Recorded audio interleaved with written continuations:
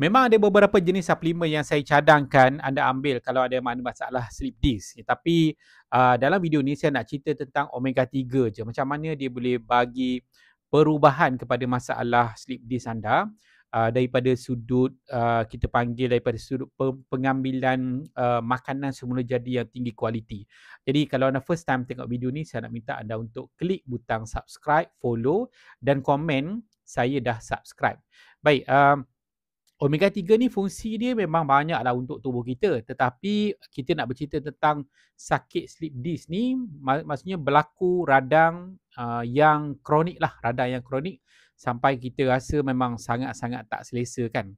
So jadi macam apa yang omega 3 ni boleh bantu? Apa yang omega 3 boleh bantu? Okey, bila berlaku radang, maka dia berlaku sel tu berlaku bengkak, radang lah sel tu.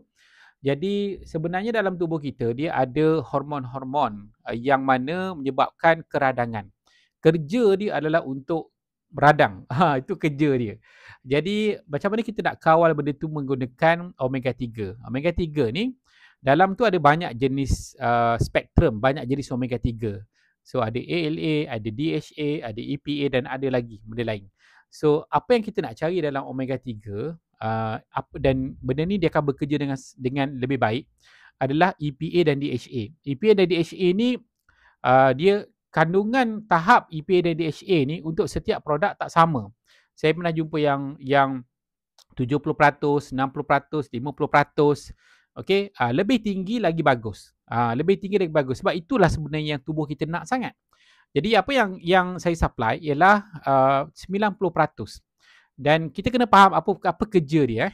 EPA ni daripada omega 3 ni, dia kerja dia adalah untuk mengurangkan tahap keaktifan ataupun keganasan hormon bengkak. Hormon bengkak ni nama dia prostaglandin dan dia ada beberapa jenis lah prostaglandin ni. So bila EPA dalam tubuh kita tidak cukup, tidak pada tahap yang tubuh kita perlu nak, maka hormon ni dia akan mengganas. Jadi mudah sakit, kan? Mudah sakit. Jadi satu lagi ialah DHA. DHA ni apa kerja dia? Adalah untuk mengawal juga keganasan.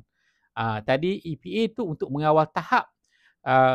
DHA ni adalah untuk mengawal keganasan, keaktifan hormon bengkak tu. Kita boleh buat analogi sebagai macam polis lah. Yang bantu untuk menenangkan keadaan. Jadi dua ni sangat penting.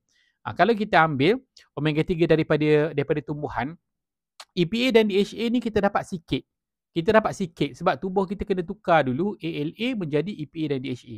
Jadi dah lah tukar tu dapat sikit. Jadi kalau kita ambil daripada minyak ikan, dia dapat terus boleh pakai. Terus tubuh kita yang tengah sakit sleep disc ni terus boleh pakai. Jadi dia akan bantu untuk mengawal kesakitan, bantu untuk kurangkan bengkak, lancarkan darah, bantu untuk kuatkan otot, urat saraf kita tu. Tu banyak benda lah yang bantu.